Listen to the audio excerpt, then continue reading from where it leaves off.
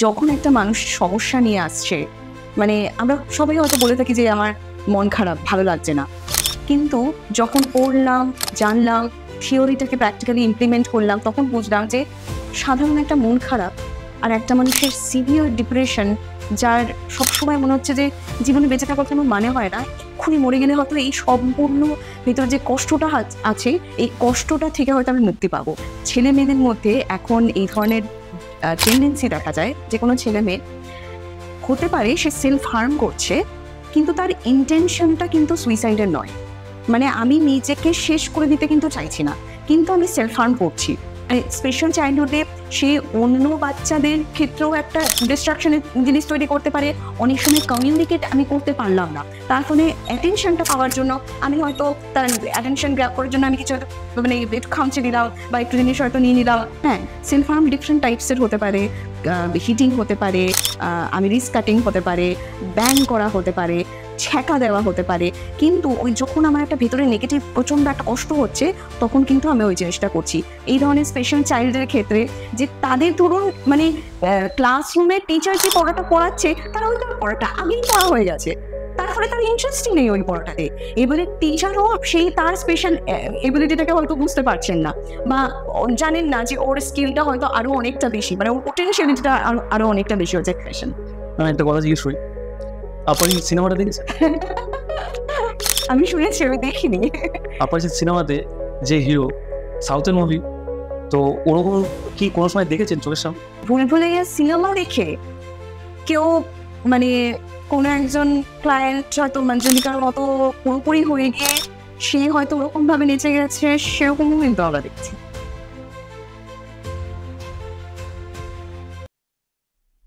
রাস্তাঘাটে অনেক ছেলে মেয়ের মধ্যে বা অনেকের মধ্যেই আমরা কিন্তু আনইউজুয়াল কোনো অ্যাক্টিভিটি দেখতে পেলেই, বা আমাদের সেটা যদি নর্মাল না মনে হয়, আমরা কিন্তু জাজ করে ফেলি যে ও সাইকো। আসলেই কি ও সাইকো? আসলেই কি ও মানসিকভাবে অসুস্থ? কিভাবে বুঝবো আমরা যে আসলে কারা সাইকো বা কারা মানসিকভাবে অসুস্থ?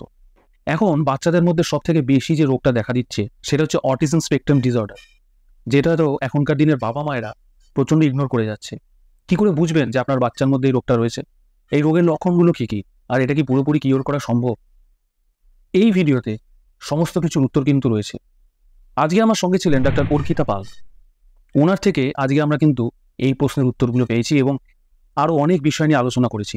আপনারা কি জানেন যে ভুলভুলাইয়াতে যে মঞ্জুলিকা সেজে রাত্রেবেলা মহলের মধ্যে নেচে বেড়াতো, অ্যাকচুয়াল ভুলভুলাইয়া দেখে একজন সেরকম ভাবে মঞ্জুলিকা সেজে নিজেকে মঞ্জুলিকা ভেবে রাত্রে বাড়িতে নেচে বেড়াতো?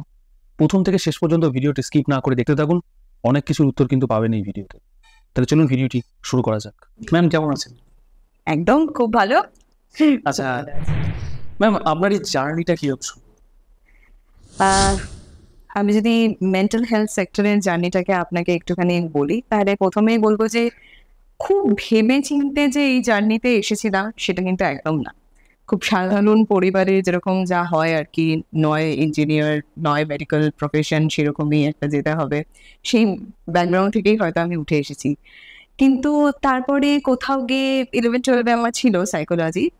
একটা সময় সাবজেক্টটা নিয়ে পড়তে পড়তে বেশ ভালো লাগা একটা তৈরি হয়। তো কোথাও গিয়ে রিলেট করতে পারতাম যে প্রত্যেকটা মানুষ আমরা আলাদা রকমের, আলাদা রকমভাবে ভাবছি। কোনো একটা সিচুয়েশনে কোনো একটা ক্লাসের মধ্যে হয়তো টিচার হয়তো বকলেন, হ্যাঁ, তাতে হয়তো সবাই একই রকমভাবে রেসপন্ড করলো না, সবাই আলাদাভাবে রিয়াক্ট করলো। আমার কোথাও গিয়ে যেটা হতো যে কোনো একজন টিচার যদি আমার বন্ধুদেরকেও বকতো, আমার কিন্তু খুব কষ্ট হতো সেখানটাতে। আমার একটা কোথাও গিয়ে একটা মনে হতো যে কেন এরকমভাবে বকাঝকা করা হলো, কেন এরকম, একটুখানি ভালো করে বললেই তো হয়ে যেত। তো একজন টিচার খুব বুকে কথা বলছে, একজন টিচার খুব পোলাইটলি কথা বলছে, এগুলো কোথা থেকে আসছে? সেই জায়গাগুলো, এই যে কোথাও গিয়ে ব্যক্তিত্ব, পার্সোনালিটি, মানুষের বিহেভিয়ার, এইগুলোকে জানার আগ্রহটা দিনে দিনে বাড়তে শুরু করলো। তার সাথে সাথে পড়া, আমার গোখেল মেমোরিয়াল গার্লস কলেজ থেকে সাইকোলজি নিয়ে পড়াশোনা করা, তারপরে মাস্টার্স, তারপরে পিজি হসপিটালে ইনস্টিটিউট অফ সাইকিয়াট্রি থেকে এমফিল করা। এমফিল যখন আমরা করেছি, আমি সাইকিয়াট্রিক সোশ্যাল ওয়ার্ক নিয়ে আমি এমফিল করেছি। তো সেখানে আমাদের কিন্তু প্র্যাকটিক্যালি ডিল করতে হতো। অনেক মানুষের সাথে সেখানে ক্লায়েন্টসরা আসতেন, আমাদেরকে ডিল করতে হতো। সেখানে পুরোপুরি প্র্যাকটিক্যাল একটা ইমপ্লিমেন্টেশন কাজ, কিছু একটা সমস্যা সেটাকে ডিল করতে হবে। তখন জানতে পারলাম যে যখন একটা মানুষ সমস্যা নিয়ে আসছে, মানে আমরা সবাই হয়তো বলে থাকি যে আমার মন খারাপ, ভালো লাগছে না। কিন্তু যখন পড়লাম, জানলাম, থিওরিটাকে প্র্যাকটিক্যালি ইমপ্লিমেন্ট করলাম, তখন বুঝলাম যে সাধারণ একটা মন খারাপ আর একটা মানুষের সিভিয়ার ডিপ্রেশন, যার সবসময় মনে হচ্ছে যে জীবনে বেঁচে থাকার কোনো মানে হয় না, এক্ষুনি মরে গেলে হয়তো এই সম্পূর্ণ ভেতরে যে কষ্টটা আছে, এই কষ্টটা থেকে হয়তো আমি মুক্তি পাবো। সেই মানুষটার যখন পাশে দাঁড়ালাম, তাকে সাপোর্টিভ থেরাপি, সাপোর্টিভ কাউন্সিলিং যখন খুব মানে টেকনিক্যাল সিস্টেম্যাটিক্যালি যখন দিয়ে তাকে সেই জায়গা থেকে যখন বার করলাম, সেই মানুষটাই কিন্তু তখন বলছে যে আজকে ডিপ্রেশনটা হয়তো হয়েছিল বলে একটা এমন ফেজ হয়েছিল যে নিজেকে মানে বেঁচে থাকার ইচ্ছাটাই আমার হচ্ছিল না। কিন্তু এখন বুঝতে পারছি না যে ওই ফেজটাতে কেন এরকম মরে যেতে ইচ্ছা করছিল। আমি নিজেও বুঝতে পারছি না আমি একদম মরে যেতে কেন চাইছিলাম। আমি কিছুতেই আমার জীবনটাকে রাখতে পারছিলাম না। এই যে একটা সাপোর্ট, ওনাকে একটা লাইফটাতে ফিরিয়ে নিয়ে আসা, এটা একটা ছোট বা ওই ছোট কাজ থেকে না একটা স্যাটিসফ্যাকশনের একটা জায়গা অনেকভাবে কাজ করতে শুরু করলো। সেই জায়গা থেকে এটা কোথাও গিয়ে শুধুমাত্র ডেফিনেটলি একটা প্রফেশন তো বটেই, প্রফেশনের সাথে একটা প্যাশনের জায়গা কিন্তু জড়িয়ে থাকলো। তাছাড়াও আমি যদি আমার জীবনের কথাও বলে থাকি, এখানে পার্সোনাল আমাদের যে কোনো ক্ষেত্রেই আমরা বলবো যে প্রতিটা মানুষের তো ইমোশন ছাড়া হয় না। আপনি একটা যে কোনো প্রফেশনেও আপনার ইমোশনটা কাজ করবে, আপনার পার্সোনাল লাইফেও একই রকম ভাবে ইমোশন কাজ করবে।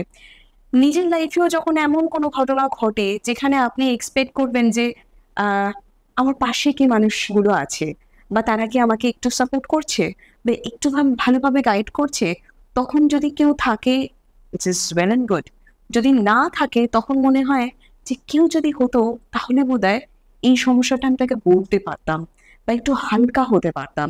সেটা নিজের লাইফের রিয়েলাইজেশন, বিকজ আমরাও যারা মেন্টাল হেলথ সেক্টরে কাজ করি তাদের নিজেদের লাইফে অনেক ধরনের স্ট্রাগল কিন্তু থেকে থাকে, আমরাও সেই পার্টের মধ্যেই পড়ি। সেই জায়গা থেকে ভালোবাসা, নিড আর তারপরে প্রায়োরিটাইজ করা, সেটা কিন্তু একটা প্রায়োরিটির মধ্যে। আমি যে কাজটা করি এটা আমার একটা শুধুমাত্র প্রফেশনের জায়গা না, আমি এটাকে ভ্যালুটাও ঠিক ততটাই দিই। সেই জায়গা থেকে ভালোবাসা, নিড আর প্রায়োরিটি, এই তিনটেকে আমি যখন উপলব্ধি করি, আমার মনে হয় যে দিনের শেষে আমি একটু হলেও মিনিংফুল কিছু একটা করলাম। সেখান দিয়ে জার্নিটা স্টার্ট, আর সেখান থেকেই আমার কন্টিনিউয়েশন আরো এগিয়ে যাওয়া। আচ্ছা, প্রথমে কি এখানেই প্র্যাকটিস করতেন ওয়েস্ট বেঙ্গলে? ওয়েস্ট বেঙ্গলে আমি প্র্যাকটিস করতাম বলতে আমি আগে মুর্শিদাবাদে প্র্যাকটিস করতাম। আমার মানে এমফিলের পরে আমি মুর্শিদাবাদের মনোবীক্ষণে আমি প্রায় 1.5 থেকে 2 বছরের কাছে আমি ওখানে প্র্যাকটিস করেছি। সেখান থেকে আমার একটুখানি শুরু হয় অ্যাকাডেমিক্স জার্নি বলতে আমি অ্যাসিস্ট্যান্ট প্রফেসর হিসেবে সাইকোলজি নিয়েই আমি পড়াতাম। হ্যাঁ, ওয়েস্ট বেঙ্গলে কলকাতাতেই আমি ছিলাম, সেখানেও প্র্যাকটিস করতাম। তারপরে আমি আবার একটুখানি বাইরে যাই, আহমেদাবাদে আমি অ্যাসিস্ট্যান্ট প্রফেসর ছিলাম, কর্ণাবতী ইউনিভার্সিটির সাথে আমি জড়িত ছিলাম। আর সেখানেও আমি অনেক কলেজের টিচার্স বা ছোট বাচ্চাদের স্কুলের যারা টিচার্স, তারা কিভাবে বাচ্চাদের বুঝবে, কোন কোন সমস্যা কি হয়, আমি অনেক জায়গায় গিয়ে এই ধরনের চাইল্ড ডেভেলপমেন্টাল ওয়ার্কশপ আমি করতাম। আমি চাই যাতে মানুষ আরো বেশি অ্যাওয়্যার হোক বা আরো বেশি জানুন যে কিভাবে আমরা বুঝতে পারবো সমস্যাগুলোকে। বাইরে ছিলাম, বাইরেও অনেক ভালো এক্সপিরিয়েন্স আমি গেইন করেছি। তারপরে আবার নিজের জায়গাতেই ফিরে এসে আবার কোথাও গিয়ে জার্নিটাকে কন্টিনিউ করার চেষ্টা। ম্যাম, ইনফ্লুয়েন্সের জার্নিটা কিভাবে শুরু? ইনফ্লুয়েন্সের জার্নিটা কিছু ক্ষেত্রে মানে ধরুন, আমি যদি বলি আমার পিএইচডির কাজ, বা আমার পিএইচডির কাজটাই ছিল হচ্ছে সেলফ হার্ম নিয়ে, সুইসাইডের কাজ নিয়ে। তো সেইটা করতে গিয়ে যেহেতু আমি অনেকের সাথে কথা বলেছিলাম আমার রিসার্চটা করতে গিয়ে, বিষয়টা হচ্ছে নন সুইসাইডাল সেলফ ইনজুরিয়াস বিহেভিয়ার, মানে ছেলে মেয়েদের মধ্যে এখন এই ধরনের টেন্ডেন্সি দেখা যায় যে কোনো ছেলে মেয়ে হতে পারে সে সেলফ হার্ম করছে, কিন্তু তার ইন্টেনশনটা কিন্তু সুইসাইডের নয়। মানে আমি নিজেকে শেষ করে দিতে কিন্তু চাইছি না, কিন্তু আমি সেলফ হার্ম করছি। হ্যাঁ, সেলফ হার্ম ডিফারেন্ট টাইপসের হতে পারে, হিটিং হতে পারে, আমি রিস্ক কাটিং হতে পারে, ব্যাং করা হতে পারে, ছ্যাঁকা দেওয়া হতে পারে। কিন্তু ওই যখন আমার একটা ভেতরে নেগেটিভ প্রচণ্ড একটা কষ্ট হচ্ছে, তখন কিন্তু আমি ওই জিনিসটা করছি। আমাদের ওয়েস্ট বেঙ্গলের কিছু কলেজে আমি সেই কাজটা করেছিলাম, আর সিগনিফিকেন্টলি আমি কিছু রিপোর্ট পেয়েছিলাম যে ফ্যামিলি এনভায়রনমেন্টের সাথে এই ধরনের সমস্যাটা কতটা রিলেটেড। আর সেখানে খুব সিগনিফিকেন্ট একটা রেজাল্ট কিন্তু আমি পেয়েছিলাম, মানে যথেষ্ট পরিমাণ ছেলেমেয়েদের মধ্যে কিন্তু এই ধরনের বিহেভিয়ার কিন্তু দেখা যাচ্ছে। হ্যাঁ, তো সেই কাজটা করতে গিয়ে যেহেতু আমি মানে কোথাও গিয়ে আমার ওটা পড়াশোনার জায়গা থেকেই শুরু, তো তখন আমি বুঝলাম যে দের ইজ আ নিড। হ্যাঁ, কোথাও গিয়ে আমি যদি এই বিষয়গুলো নিয়ে মানুষ এখনো জানে না, বা কোথাও গিয়ে সেখান থেকে আমার জার্নিটা শুরু হয় যে আমি কোথাও গিয়ে মানে জানাতে চাইছিলাম আরো বেশি বেশি করে যে কি মানে সেলফ হার্মটা কি, নন সুইসাইডাল সেলফ ইনজুরিয়াস বিহেভিয়ারটা কি। তারপরে যখন দেখলাম যে এটা মানুষ জানে না, আমি যখন ছোট্ট ছোট্ট করে ভিডিও কন্টেন্ট আমি প্রথমে একদম ছোট করে আমি কিছু যেগুলো আমি মানে অবজার্ভ করতাম, আর সেই জায়গাগুলো থেকে আমি সিম্পটম স্পেসিফিক্যালি আমি কয়েকটা পোস্ট হয়তো করতে থাকতাম। মানে আমি তার মধ্যে দেখলাম যে রেসপন্স আসতে শুরু করেছে। তখন আমি বুঝতে পারলাম যে মানুষ আরো বেশি আগ্রহী এই ব্যাপারটা নিয়ে জানার জন্য। তখন জিনিসটাকে আরেকটু কিভাবে একটু স্ট্রাকচারের মাধ্যমে আরেকটু ভিডিও কন্টেন্ট গুলোকে তৈরি করে আরেকটু মানুষের কাছে যাতে আমরা পৌঁছাতে পারি। ওই জন্য ডিফারেন্ট ডিফারেন্ট ডিসঅর্ডার্স নিয়ে, যেরকম আমরা অবসেসিভ কম্পালসিভ ডিসঅর্ডার, অ্যালকোহল বা ডিপেন্ডেন্সি ডিসঅর্ডার, এই ধরনের নানা রকম সমস্যা নিয়ে আমরা আরো বেশি বেশি করে মানুষকে জানাতে শুরু করলাম। সেখান থেকে শুরু হলো আমাদের মানে কোথাও গিয়ে অ্যাওয়ারনেস। এবার অ্যাওয়ারনেসের সাথে সাথে ডেফিনেটলি আমাদের রেসপন্স আসতে শুরু করলো। সেখান থেকে আমাদের কিন্তু থেরাপি বা কাউন্সেলিং আরো বেশি করে স্টার্ট হতে শুরু করলো। মানে প্রথমত তো দীর্ঘদিনের একটা প্র্যাকটিস ছিলই, তাছাড়াও ধরুন আমাদের ইনফ্লুয়েন্সে আরো থেরাপিস্টরা জড়িত আছেন, যারা অন্যান্য ক্লায়েন্টসরাও এখানে আসে বা অন্যান্য থেরাপিস্টরাও এখানে আসেন। তো প্রত্যেকের একটা স্পেশালাইজেশন আছে, মানে কেউ ধরুন ফ্যামিলি প্রবলেমস গুলোতে ভীষণ ভালো এক্সপার্ট, কেউ ধরুন বাচ্চাদের সাথে ডিল করতে এক্সপার্ট। তো সেই অনুযায়ী আমরা ধীরে ধীরে করে আরো এগোতে শুরু করছি। আমরা আরো বেশি এখন স্কুলের সাথে কানেক্ট করছি, আমরা টিচার্সদের সাথে ওয়ার্কশপ করছি, পেরেন্টসদের সাথে ওয়ার্কশপ করার চেষ্টা করছি। এইভাবে আমাদের জার্নিটা শুরু করলাম। আর কোথাও গিয়ে যেন সেই জায়গা থেকে যখন রেসপন্স আসতে শুরু করলো, বা ছোট বাচ্চা থেকে শুরু করে খুব বয়সী বা বয়স্ক, অনলাইন আর অফলাইন সব দিক দিয়ে মাধ্যমে, কারণ আমার অনেক এরকম ক্লায়েন্টস আছে যারা অনেক দূরে, মানে কাকদ্বীপেরও হয়তো ক্লায়েন্ট আছে, আবার একেবারে জার্মানিতে বসে আছে, সেখানেও হয়তো আমাদের ক্লায়েন্ট রয়েছে। সেখানে দেখলাম যে মানে আস্তে আস্তে এগোতে এগোতে বুঝতে পারছি যে কিভাবে আমরা আরো বেশি মানে অ্যাক্সেসিবিলিটিটা আরো যেন বাড়াতে পারি, যাতে মানুষের কাছে আমরা ইজিলি যেতে পৌঁছাতে পারি, আর তাদের মতো করে, তাদের যেন সুবিধা হয়, কোথাও গিয়ে তাদের যেন কষ্টের জায়গাটাকে কিছুটা হলে মিনিমাইজ করা যায়। সেইখান থেকে ইনফ্লুয়েন্সের জার্নি, সেখান থেকে আমার আরো বেশি সাপোর্ট সিস্টেম বা আমার সাথে যারা জড়িত আছে, এটাকে আমরা একদম মানে ইভেন আমার সাথে যারা জড়িত আছে তাদেরকে আমরা সবাই মিলে চাই যে এটাকে কিন্তু আমরা একটা মানে কোথাও গিয়ে কানেক্টেড, মানে কানেক্টিভলি আমরা কাজ করব। এখানে আমার নিজের মানে কোনো একটা স্বার্থ বা তার একটা স্বার্থ সেই জায়গাটা না। কোথাও গিয়ে দেখবেন আপনার ফ্যামিলিতে যখন কারোর কোনো অসুবিধা হয়, আপনার সেখানটাতে আগে আপনি প্রায়োরিটি করেন। আপনার কাজের জায়গাটাও যদি ফ্যামিলির মতো আপনি অতটা ভ্যালু বা ইম্পর্টেন্স দেবেন যখন, তখন অটোমেটিক্যালি আপনার সেইখানের কানেকশনটা বা সেই রেসপন্সিবিলিটিটা অনেকটা বেশি আকারে চলে আসে। কিন্তু কাজের জায়গাটা যদি এরকম হয়ে যায় যে আমি নিজের যেটা মানে আমি শেয়ার করতে পারছি না, আমি রেস্ট্রিক্টিভ ফিল করছি, আমি কাজ করতে পারছি না, সেই জায়গাগুলো বা প্রেশারের জায়গা, সেই জায়গাগুলো যদি হয়, তখন কিন্তু ওটা শুধু একটা আউট অফ আমার দিনের শেষে আমার টাকাটা ঢুকছে, আমি কাজটা করছি, সেই একটা জায়গা মিরর চলে আসে। তো ইনফারেন্স কিন্তু সেই জায়গাটাকে আমরা করি না, আমরা এটাকে যারা আছি আমরা জড়িয়ে পুরো নিজের মতো আমরা করার চেষ্টা করি, প্রত্যেকে ইকুয়ালি আমরা চেষ্টা করি যাতে তাদের ভ্যালিউড কোনো ওপিনিয়ন যেন আমরা নিতে পারি, আর আমরা যেন যারা এখানে মানে আমাদের এখানে যারা আছেন বা যারা সার্ভিস নেন, তাদেরকে যেন আমরা 100% সেই জায়গাটা দিতে পারি ম্যানেজমেন্টের। আচ্ছা ম্যাম, রাস্তায় ধরুন কোনো মানসিক রোগী রয়েছে, সবাই তো হসপিটালে ভর্তি হচ্ছে না, বা আমরা রাস্তায় এরকম অনেকেই দেখি। তা আমরা কিভাবে বুঝবো সে মানসিকভাবে অসুস্থ বা আমাদের চারিপাশে? যদি এটা কোনো একটা শর্টে বলেন, কিভাবে বুঝবো? দেখুন, এটা বোঝা মানে কোথাও গিয়ে এখানে অনেকগুলো ফ্যাক্টর কাজ করে। তো আমি খুব ছোট্ট করে আপনাকে যদি বলি, সেটা হচ্ছে যে একটা আপনি যদি অ্যাজ অ্যান অবজার্ভার কাউকে বুঝতে চান, সেটা আর একটা মানুষ সাবজেক্টিভলি, মানে আমি নিজে যদি বোঝার চেষ্টা করি যে আমার কিছু অসুবিধা আছে কিনা, এই দুটোর মধ্যে পার্থক্য আছে। সাবজেক্টিভলিটা আমি আগে বলছি যে আমি নিজের কি করে বুঝবো যে আমার একটুখানি অসুবিধা হচ্ছে। প্রথম কথা হচ্ছে যে আমি অ্যাজ এন ইন্ডিভিজুয়াল, এবার আমি ইন্ডিভিজুয়ালি আমাকে কিছু একটা কাজ করতে হয়। এবার সেটার জন্য আমরা কিভাবে কাজ করি, মানে ধরুন আপনার কালকে অফিস যেতে হবে, এবার অফিস যাওয়ার জন্য আপনার একটা থট আসে, আপনার মাথায় চলতে থাকে, হ্যাঁ কালকে আমার অফিস আছে, আমাকে কাজে যেতে হবে, এটা হচ্ছে আপনার চিন্তা। এই চিন্তাটা যখন আপনার আসলো, আপনি কি করেন, কালকে কোন জামাটা পরে যাবো, জামাটা আমি বার করে রাখি। এই যে জামাটাকে বার করে রাখতেন, এটা হচ্ছে বিহেভিয়ার, এটা আপনার ব্যবহার, অ্যাকশন আপনি একটা করলেন। এবার আমার যেতে গিয়ে, অফিসটা যেতে গিয়ে আমার মনটা কেমন লাগে, আবার ওই অফিসে যেতে হবে, একদম ভালো লাগছে না, ওটা হচ্ছে ইমোশন। ঠিক আছে, আমার ভালো লাগছে না, I am not feeling good, ওটা হচ্ছে ইমোশন।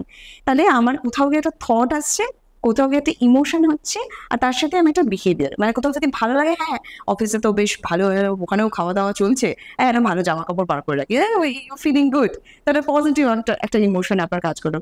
এইখানেই ধরুন আমার নিজের ক্ষেত্রে একটা চিন্তা রিপিটেটিভলি কাজ করছে, আদৌ কি আমি যেতে পারবো, আদৌ কি আমার জামাটা ঠিক হবে, আদৌ কি আমার প্রেজেন্টেশনটা ঠিক হবে, আদৌ কি আমাকে লোকজন বলবে না যে আমি ভুল কথা বলি বা আমি বোধহয় ঠিক কথা বলি না। এই যদি থট আমার রিপিটেটিভলি চলতে থাকে, তাহলে কি আমার বিহেভিয়ারটা ঠিক হবে? হবে না। তাহলে কি আমার মনটা ভালো থাকবে? ভালো থাকবে না। মানে কারণ আমার মাথার মধ্যে তো বারবার করে চলেছে, আচ্ছা যদি আমাকে লোকজন কিছু ভুল ভাবে, আচ্ছা যদি আমার প্রেজেন্টেশনটা ভুল হয়, যদি আমি টার্গেটটাকে অ্যাচিভ না করতে পারি, যদি আমি ঠিক করে, এটা তো রিপিটেটিভলি আমার মাথায় চলছে, মানে আমার থটটা ঠিক হচ্ছে না, তাহলে আমি ভেতরেই ফিল করছি আই অ্যাম নট ওকে, আমার বারবার অস্বস্তি হচ্ছে, আমার একটা ইরিটেশন হচ্ছে। ইট ইজ সাবজেক্টিভ, আমি নিজেই বুঝতে পারছি আমার চিন্তা দুশ্চিন্তা বারবার বারবার করে কিন্তু আমার মাথার মধ্যে আসছে, আমি নিজেকে ফোকাস রাখতে পারছি না নিজের। এইটা হওয়ার ফলে আমার কি হচ্ছে, আমি হয়তো পরিবারের সাথে আছি, আমার বাবা মা হয়তো আমাকে ডাকছেন খেতে যেতে, আমি হয়তো বলি না না আমি খেতে যেতে পারবো না, তোমরা সবসময় আমাকে বিরক্ত করো, আমি ইন্ডিভিজুয়ালি আমার থটটাকে কন্ট্রোল করতে পারলাম না। এবারে আমার বাবা মা যখন খেতে ডাকছে, অত আমার খাওয়া দাওয়ার ইচ্ছাই হচ্ছে না, আমার ইচ্ছা করছে না, আমাকে খেতে ডাকবে না। আমার বাবা মার সাথে একটা ইন্টারপার্সোনাল রিলেশনশিপের একটা প্রবলেম হলো, মানে একটা ইন্ডিভিজুয়াল তার তারা যার সাথে থাকছে, ফ্যামিলি মেম্বার্সদের সাথে একটা কনফ্লিক্ট হলো। এবারে এই মানুষটাই কোনো রকমে কষ্ট করে, না স্যালারির জন্য আমাকে যেতেই হবে, বাবা মা বলছে যে না যাবি না, কাজ করবি না, এত বড় হয়ে গেছিস, কাজ তো করতেই হবে, আমার করতে হবে, কষ্ট করে হয়তো অফিসে গেলাম, অফিসে গিয়েও হয়তো মানে সুপারভাইজার সাংঘাতিকভাবে আমাকে বকাঝকা করলেন যে একটা কাজ আপনি ঠিক করে করতে পারলেন না, আপনি এই রকম ভাবে ভুলভাল কাজ করলেন, আমার চাকরিটাও হয়তো চলে গেল। তাহলে সেটা আমার প্রফেশনাল লাইফটাকেও, আমার কিন্তু সোশ্যাল লাইফটাকেও হ্যাম্পার করে ফেললো। রিলেটিভসরা ফোন করলো, তাদের সাথেও আমি বললাম যে আমি কারোর সাথে কথা বলতে পারবো না, ওরা কি করে আমার জন্য কি করেছে, তাহলে কি ভালো করেছে যে আমি ওদের কথা বলতে থাকবো, কানেকশন রাখতে, ওদের সাথেও আমার একটা ডিস্টেন্স কিন্তু ডিসকানেক্টেড হয়ে গেল। তাহলে অ্যাজ অ্যান ইন্ডিভিজুয়াল আমার নিজের ইন্ডিভিজুয়ালিটিটা, থট, ইমোশন, বিহেভিয়ারকে কন্ট্রোল করতে অসুবিধা হলো, ফ্যামিলির সাথে আমার রিলেশনশিপ মেনটেন করতে অসুবিধা হলো, কেরিয়ার, প্রফেশন, সোসাইটির যে রেসপন্সিবিলিটি, সেই জায়গাটাতে ফাংশনিং করতে অসুবিধা হচ্ছে, আমার ম্যারিটাল লাইফে অসুবিধা হচ্ছে, এক্সটেন্ডেড ফ্যামিলি মেম্বার্স তাদের সাথে অসুবিধা হচ্ছে, ফাংশনিংটা। এই যে আপনি বললেন বুঝবো কি করে, একটা ইন্ডিভিজুয়াল নিজে থেকে বুঝতে পারে আমি যে অর্ডারে চলছিলাম, ওই অর্ডারটা ডিসঅর্ডার হয়ে গেল, মানে আমি কিন্তু এখন সেই নর্মাল ফাংশনিংটা অর্ডারলি করতে পারলাম না। সেই জায়গা থেকে সে বুঝতে পারে না, I must seek some support or help, আমার বোধহয় কিছু দরকার আছে যেটা আমাকে একটুখানি আমার ফাংশনিংটা করতে আমার সুবিধা করবে। That is the first thing. Secondly আপনি যেটা বললেন যে আমরা বুঝবো কি করে তার একটা অসুবিধা হচ্ছে কিনা, মানে কোথাও গিয়ে আপনি যদি দেখেন যে সে ফর এক্সাম্পল আপনি কোথাও একটা গেছেন, বা একজন মানে যেটাকে আমরা জেনারেলি বলে থাকি যে কিছু তো আমাদের নন ওয়াইজ কিছু বিহেভিয়ার থাকে, করে একটা মানে সে হয়তো প্রচন্ড টেম্পার ট্যান্ট্রামস, প্রচন্ড চিৎকার চেঁচামেচি করলেন, প্রচন্ড জিনিসপত্র ছোড়াছুড়ি করে দিলেন বা কিছু, সেই জায়গাগুলো থেকে মানে বোঝাটা অনেকটা হয়তো কিছুটা ক্ষেত্রে ভিজিবল হয়, অবজারভেবল হয়, যে সে হয়তো একা একাই বিড়বিড় বিড়বিড় বিড়বিড় বিড়বিড় করে যাচ্ছে। আমরা এখানে যেতে গিয়ে অনেক মানুষ দেখে যায় যে সে হয়তো একা একা একা একা বিড়বিড় করে যাচ্ছে। এই ধরনের সমস্যাগুলোতে যেটা আমরা দেখতে পাই যে রিয়ালিটির সাথে তাদের কানেকশনটা থাকে না। আর সেটার কারণ কিন্তু ব্রেনের মেকানিজম বা শরীরের কিছু হরমোনাল যে নিউরোকেমিক্যালস গুলো যেগুলো আছে, সেই নিউরোকেমিক্যালসের সিক্রিয়েশন গুলো ঠিকঠাক ভাবে হচ্ছে না। তার ফলে সে হয়তো বিড়বিড় করে বলছে, বা সে হয়তো প্রচন্ড জোরে পালাচ্ছে, তার মনে হচ্ছে কেউ হয়তো তাকে মেরে ফেলবে, কেউ হয়তো তাকে মেরে ফেলবে। এগুলো ইজিলি অবজার্ভেবল, বা আমরা বুঝতে পারি যে না এই হয়তো অসুবিধা তার হতে পারে। বা কোথাও গিয়ে একটা মানুষ হয়তো কাউকে হয়তো মারতে ছুটলেন, বা প্রচন্ড পরিমাণে জিনিসপত্র ছোড়াছুড়ি করলেন বা আঘাত করতে শুরু করলেন, সেই সমস্ত জায়গাগুলো আমরা বুঝতে পারি যে না এনাকে যদি আমরা কোনো একটা হসপিটালে বা কোথাও একটা গিয়ে কিন্তু সাপোর্ট করতে পারি।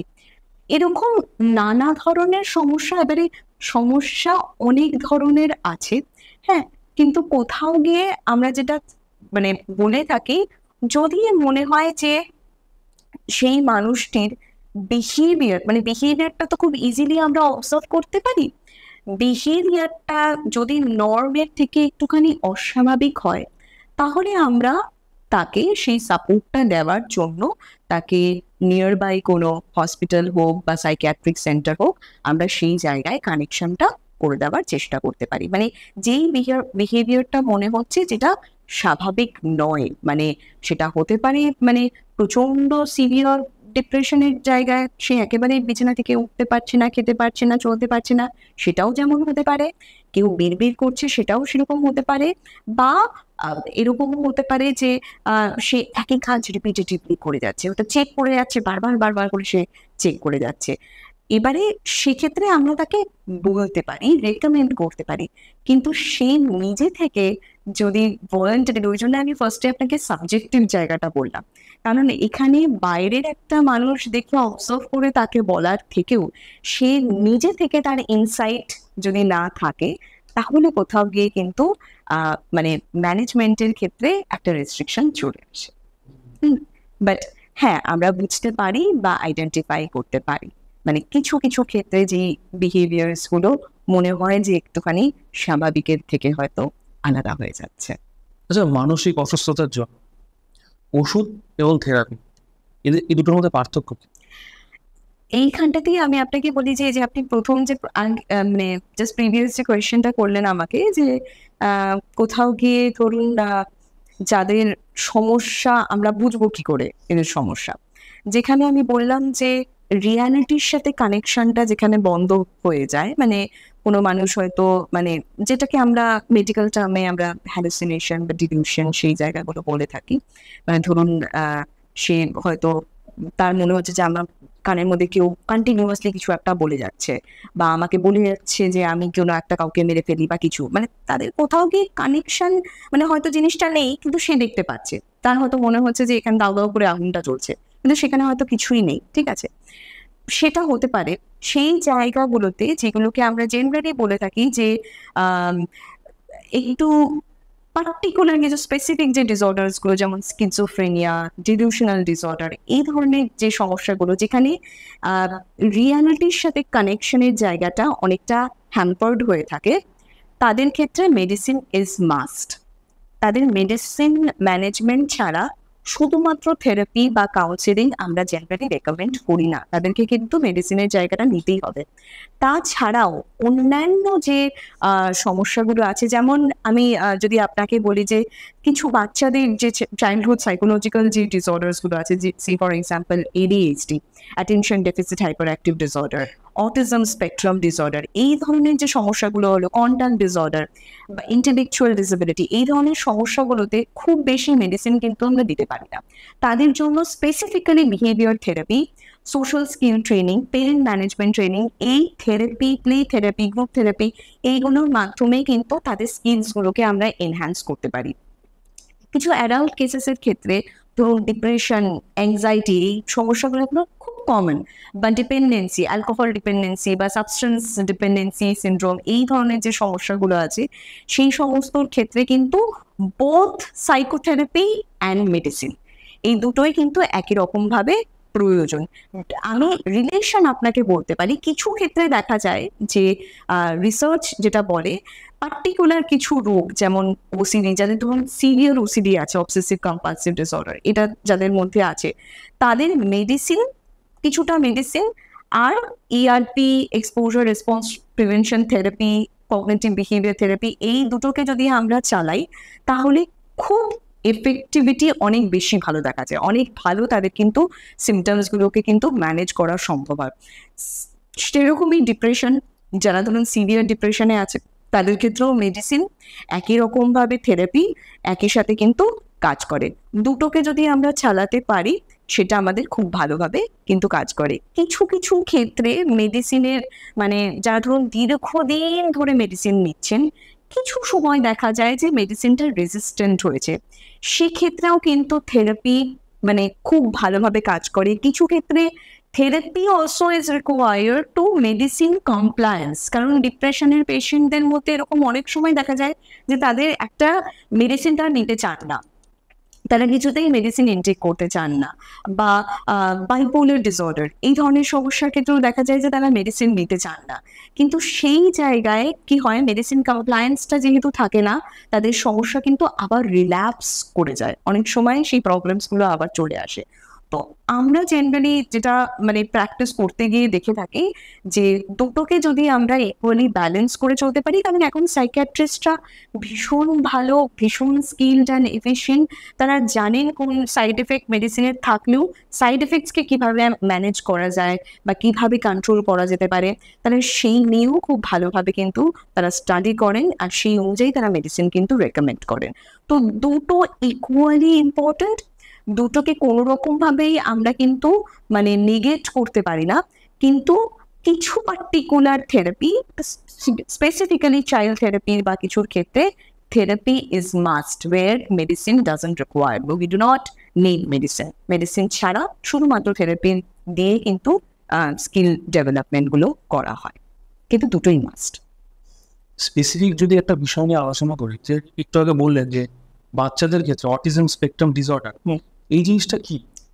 দেখুন, অটিজম স্পেকট্রাম ডিসঅর্ডার, আপনাকে যদি আমি ফার্স্টেই বলি যে এটা একটা স্পেকট্রাম ডিসঅর্ডার বলছি আমরা, ঠিক আছে? স্পেকট্রাম মানে হচ্ছে যে, স্পেকট্রাম মানে আমরা একটা আমব্রেলা বলতে পারি খুব স্বাভাবিকভাবে, ঠিক আছে? অটিজম স্পেকট্রাম মানে হচ্ছে যে এই ধরনের বাচ্চাদের যে সমস্যাগুলো হয়, তাদের অটিজমের মধ্যেই তাদের অ্যাসপারজার্স বা পারভেসিভ ডেভেলপমেন্টাল ডিসঅর্ডার, রেট সিনড্রোম, এরকম আরও স্পেসিফিক কিছু সমস্যা কিন্তু থাকতে পারে। ওই জন্যই আমরা স্পেকট্রাম বলছি, অটিজম স্পেকট্রাম মানে অটিজমের মধ্যেই আরও স্পেসিফিক কিছু প্রবলেমসগুলো থাকলে আমরা ডিফারেন্সিয়েট করতে পারি যে না, এই বাচ্চাটার এই পার্টিকুলার নিউরো ডেভেলপমেন্টাল প্রবলেমটা হচ্ছে। ফার্স্ট হচ্ছে এটা একটা neuro developmental disorder. Neuro developmental মানে কি? নিউরো মানে হচ্ছে ব্রেন, ডেভেলপমেন্টাল মানে হচ্ছে যেভাবে একটা বাচ্চা বড় হচ্ছে সেই জায়গাটায় কোনো জায়গায় রেস্ট্রিকশনস, মানে তার ডেভেলপমেন্টটা ঠিকঠাকভাবে হচ্ছে না। মানে ধরুন একটা স্বাভাবিক বাচ্চার তো ধরুন মানে সে মানুষের সাথে যে কথা বলা, বা একটা বাচ্চা হয়তো প্রথমে দেখতেন যে একটা বটলকে সে 2 হাত দিয়ে ধরছে, কিন্তু আস্তে আস্তে ফাইন মোটরস গুলো যখন ডেভেলপ করছে, আঙুল দিয়ে সে কাপ টানে হয়তো 2টো আঙুল দিয়ে মাঝখানে ধরছে। তার মানে কি? তার মোটর ডেভেলপমেন্ট ফাংশনিং গুলো বাড়ছে। আমি হয়তো কিছু বাচ্চার মধ্যে দেখলাম যে না, তার মধ্যে না এই জায়গাটায় সমস্যা হচ্ছে, সে ধরাটাই হয়তো শিখতে পারছে না, সে কোথাও গিয়ে এখনো মানুষের দিকে তাকাচ্ছে না। তো অটিজম স্পেকট্রাম, অটিজমটা বেসিক্যালি আমরা যদি বলে থাকি, কোনো একটা বাচ্চা নিজের মধ্যে যেন কন্টিনিউয়াসলি থাকছে, মানে সে নিজের গণ্ডির বাইরে যেন যাচ্ছে না। এখানে 3টে জিনিস ইজ ভেরি মাস্ট। প্রথম হচ্ছে যে তার কমিউনিকেশন আর ইন্টারপার্সোনাল রিলেশনশিপ, মানে তার 2টো ল্যাঙ্গুয়েজে অসুবিধা, একটা হচ্ছে রিসেপটিভ ল্যাঙ্গুয়েজ আর একটা হচ্ছে এক্সপ্রেসিভ ল্যাঙ্গুয়েজ। কমিউনিকেশন রিসেপটিভ মানে হচ্ছে যে আমাকে বাবা মা কিছু একটা বলছে, তুমি ওখানে গিয়ে রেখে আসো, এই ইনফরমেশনটাকে একবার রিসিভ করতে হবে, উইচ ইজ রিসেপটিভ ল্যাঙ্গুয়েজ, আর নিয়ে প্রসেস করতে হবে, আমাকে বুঝতে হবে বাবা মা বোতলটা বলেছে ওখানে রাখতে হবে, প্রসেস করে অ্যাক্টটা করতে হবে। এই রিসেপটিভ ল্যাঙ্গুয়েজটা তাদের অসুবিধার জায়গা থাকে, তাদের কমিউনিকেশনের জায়গাটাতে তাদের কিন্তু অসুবিধার জায়গা থাকে। তারা ডিরেক্টলি আই কন্ট্যাক্ট করতে পারে না। তাদের মধ্যে একটা সাংঘাতিক একটা কাজ করে যে ধরুন তাদের নিজেদের একটা রুটিনের মধ্যে ছাড়া তারা কোনো রকম ভাবে তারা অন্য কিছুতে ম্যানেজ করতে পারছে না। নিজেই একটা জিনিস নিয়ে হয়তো পড়ছে বা খেলছে, সেই বাইরে তারা হয়তো যাবে না, শেয়ার করতে পারছে না। অন্য কারোর একটা ইমোশন, বাবা মার হয়তো কষ্ট লেগেছে বা ব্যথা লেগেছে বা চলে যাচ্ছে, সেই ইমোশনটাকে তারা হয়তো ফিল করতে পারছে না। সেটা হচ্ছে কোথাও গিয়ে তাদের কমিউনিকেশনের একটা সমস্যার জায়গায়, মানে আমি এক্সপ্রেশনেও করতে পারছি না, কমিউনিকেট করতে পারছি না, বোঝাতে পারছি না। অবসেশনের একটা জায়গা থাকে তাদের মধ্যে। অবসেশনের জায়গা মানে হচ্ছে যে তারা কোনো একটা পার্টিকুলার কিছু নিয়ে অবসেস, কোনো একটা ম্যাটেরিয়াল, সেটাকেই তার পছন্দ, সেটাকে নিয়েই সে থাকবে। হাইপার সেন্সিটিভ বা হাইপো সেন্সিটিভ থাকে। অনেক সময় বাচ্চাদের মধ্যে দেখা যায় যে সে যেটা খেতে পছন্দ করছে সে সেটাই খাবে, নাহলে অন্য কিছু সে কিছুতেই খাবে না। একটা রুমেই থাকবে, সেই রুমেই তার যেন ভালো লাগছে। কোনো একটা পার্টিকুলার মানে কোনো একটা ফ্লোর ভীষণ স্মুথ এরিয়া, সেখানটাই তার ভালো লাগছে। সেটা যদি একটুখানি এবড়ো খেবড়ো হয়, তার হয়তো সে ইরিটেটেড হয়ে যাচ্ছে। তো তারা ওই যে ইরিটেশনটা হচ্ছে তারা বোঝাতে পারে না, এক্সাইটমেন্টটা বোঝাতে পারে না বলে অনেক সময় দেখা যায় যে বাচ্চা অনেক বেশি ছুঁড়ে ফেলে, অনেক বেশি হ্যান্ড ক্ল্যাপিং করে, রকিং মুভমেন্ট করে, এই ধরনের বিহেভিয়ারের কিছু কিছু সমস্যা দেখা যায়। আরেকটা যেটা মেইন প্রবলেম দেখা যায় সেটা হচ্ছে রেস্ট্রিক্টিভ বা রিপিটেটিভ বিহেভিয়ার্স। তারা কোনো একটা বিহেভিয়ার বারবার বারবার করে করতে থাকে, হয়তো চোখে হাত দিচ্ছে, বারবার করে হয়তো চোখে হাত দিয়ে যাচ্ছে, বা হয়তো সে কোনো একটা মুভমেন্ট করে যাচ্ছে, বা কোনো একটা সাউন্ড কন্টিনিউয়াসলি হয়তো বলে যাচ্ছে, বা একটা কোনো নাম্বার সে হয়তো রিপিটেটিভলি হয়তো বলে যাচ্ছে। এই ধরনের নানা রকম সমস্যাগুলো কিন্তু দেখা যেতে পারে একটা বাচ্চার মধ্যে। অটিজম মানে অটিজম স্পেকট্রাম ডিসঅর্ডারের যে বাচ্চারা ধরুন ভুক্তভোগী বা সাফার করছে, তারা কোনোটাই কিন্তু ইচ্ছাকৃতভাবে করে না। তাদের কোথাও গিয়ে মানে ব্রেনের কিছু কিছু সমস্যা থাকার ফলে কিন্তু তাদের মানে ব্রেন স্টিমিউলেশন চায়। তার ফলে বাচ্চা যখন আইদার এক্সাইট হয়ে যাচ্ছে, বা ওর ভালো লাগছে না, বা ও বলতে পারছে না, বা ওর কষ্ট হচ্ছে, বা রেগে যাচ্ছে, তখন নানা রকম বিহেভিয়ার্সের মাধ্যম দিয়ে ও অ্যাটেনশন সিক করার চেষ্টা করে। তো এটা একটা নিউরো ডেভেলপমেন্টাল সমস্যা। আর বাচ্চাদের মধ্যে জেনারেলি অনসেটটা আমরা দেখতে পারি, ধরুন অনেকের মধ্যে হতে পারে যে আমার বাচ্চাটা তো খুব স্বাভাবিক ছিল, ছোটবেলা থেকে একদম ঠিকঠাক ছিল, কিন্তু 3 বছরের পর থেকে বা 2.5-3 বছরের পর থেকে জেনারেলি সিমটমস গুলো একটু আমরা পেরেন্টসরা অবজার্ভ করতে শুরু করি। মানে যদি বলা যায় তাহলে এই 2.5-3 বছরের পর থেকে কি এগুলো শুরু হয় এই সমস্যা? সিমটমস গুলো শুরু হয়, কিন্তু বাচ্চাটার হয়তো সমস্যাটা আগে থেকেই ছিল, কিন্তু প্রবলেমসটা আমরা দেখতে পারি, মানে ডায়াগনোসিসটা আমরা করতে পারি হয়তো 3 বছরের পর থেকে। তার আগে পর্যন্ত হয়তো আপনি দেখে অতটা বুঝতেও পারবেন না যে ওর একটা সমস্যা কিন্তু পরবর্তীকালে ডেভেলপ হতে পারে। বড়দের ক্ষেত্রেও কি এটা হতে পারে? বড়দের ক্ষেত্রে না, এটা এটা চাইল্ডহুড একটা সমস্যা। সেই ম্যানেজমেন্টটা যেটা অটিজমের নানা রকম লেভেলস আছে, মাইল্ড অটিজম, সিভিয়ার অটিজম, এবারে থেরাপির মাধ্যম থেকে সেখান থেকে যাতে ধরুন মডারেট অটিজমের কিছু সিমটমস ছিল, সেটা হয়তো মাইল্ডের দিকে চলে গেল। বড়দের নতুন করে তো ডেভেলপ হবে না, কিন্তু বাচ্চাদের যদি আমরা দেখে থাকি, এটা একটা কন্টিনিউয়াস, মানে এটা একটা পরবর্তীকালেও জিনিসটা থেকে যায় সমস্যাটা। আচ্ছা, আমরা দেখেছি যে বাচ্চারা যেহেতু পড়াশোনার মধ্যেই থাকে, স্কুলে তাদের অনেকটা সময় কাটাতে হয়, তো তাদের ক্লাসরুমে কি কি সমস্যা হতে পারে? একদম প্রথমত হচ্ছে যে আপনি যদি পার্টিকুলারলি স্পেশাল চিলড্রেনদের কথা বলেন, মানে ধরুন কোনো বাচ্চা যেরকম অটিজমে সাফার করছে, বা কোনো বাচ্চা ধরুন হাইপার অ্যাক্টিভ হয়তো, তো তাদের ক্ষেত্রে যেটা সমস্যা হয়, মানে কোনো একটা বাচ্চা যদি হাইপার অ্যাক্টিভ হয়, তাহলে সে সিটে তো বসবে না, সে ধরুন চারিদিকে ঘুরে বেড়াচ্ছে। কারণ কোথাও গিয়ে টিচার্সদের যেটা প্রবলেম হয় যে টিচার যখন আসছে বা সে যখন এসে বলছে যে সবাই তোমরা বসে যাও, একটা সিম্পল ইনস্ট্রাকশন দিল সে, এভরিবডি সিট ডাউন, কিন্তু আমার বাচ্চাটা হয়তো এই সমস্যাটা রয়েছে, হাইপার অ্যাক্টিভ, সে তো বসবে না, সে পুরো জায়গায় হয়তো ঘুরে বেড়াচ্ছে। প্রথমত হচ্ছে টিচারের একটা জায়গায় অসুবিধা থাকে যে সে বুঝতে পারে না ও কেন কথাটা শুনলো না। আর প্রতিটা রুমে বা ক্লাসে একটা টিচার সবাইকে ইকুয়াল অ্যাটেনশন দেবে না, সে একটা ইনস্ট্রাকশন দেবে। কিন্তু যার ধরুন এই ধরনের হাইপার অ্যাক্টিভিটি আছে, তার ভেতরে একটা কোথাও গিয়ে কিন্তু এনার্জি রিলিজ হয়, তার ফলেই কিন্তু সে বসে না বা বুঝতে পারছে না, সে এক্সাইটেড থাকছে, সে বাচ্চাটা অনেক বেশি এক্সাইটেড, এনার্জি অনেক বেশি আছে, তার ফলে ওই সেই দৌড়ানোটা মানে সে আইদার অন্যকে ডিস্ট্রাক্ট করছে বা সে অন্যকে কাজ করতে দিচ্ছে না, বা নিজের কাজটা কোনো রকমে মানে কমপ্লিটও করলো না, সে ছেড়ে দিল, অন্যর একটা জিনিস হয়তো নিয়ে নিল। মানে স্পেশাল চাইল্ডহুডে সে অন্য বাচ্চাদের ক্ষেত্রেও একটা ডিস্ট্রাকশনের জিনিস তৈরি করতে পারে। অনেক সময় কমিউনিকেট আমি করতে পারলাম না, তার ফলে অ্যাটেনশনটা পাওয়ার জন্য আমি হয়তো তার অ্যাটেনশন গ্র্যাব করার জন্য আমি কিছু হয়তো মানে একটু খামচে দিলাম বা একটু জিনিস হয়তো নিয়ে নিলাম বা একটুখানি চিৎকার করে ফেললাম, সেক্ষেত্রে কিন্তু অন্য বাচ্চাদেরও অসুবিধা হয়।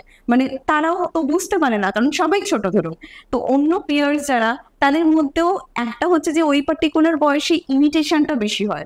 প্রথমত হচ্ছে অন্য একটা বাচ্চা যদি এরকম অ্যাগ্রেসিভ কিছু বিহেভিয়ার শো করে, অন্য একটা বাচ্চা ইমিটেট করতে পারে, সেটা একটা সমস্যা। দ্বিতীয় সমস্যা হচ্ছে যে সে কোথাও গিয়ে যখন ধরুন প্রচন্ড টেম্পার ট্যান্ট্রামস করছে, প্রচন্ড চিৎকার করছে, কাঁদছে, আরেকটা বাচ্চা ভয়ে পেয়ে যেতে পারে, মানে তার মধ্যে একটা ভীতভাব বা একটা ফিওর একটা তৈরি করতে পারে। তার ফলে অনেক সময় দেখা যায় যে কিছু বাচ্চা ভয় পেলো, ভয় সে স্কুলেই আসতে চাইছে না, ওই রুমেই হয়তো ঢুকতে চাইছে না, ওই টিচার মানে কাল রাতের থেকেই হয়তো শুরু হয়ে গেছে আমি স্কুলে যাব না, আমি স্কুলে যাব না। এটাও কিন্তু এখন অনেকটা প্রবলেমের মধ্যে দেখা যায়।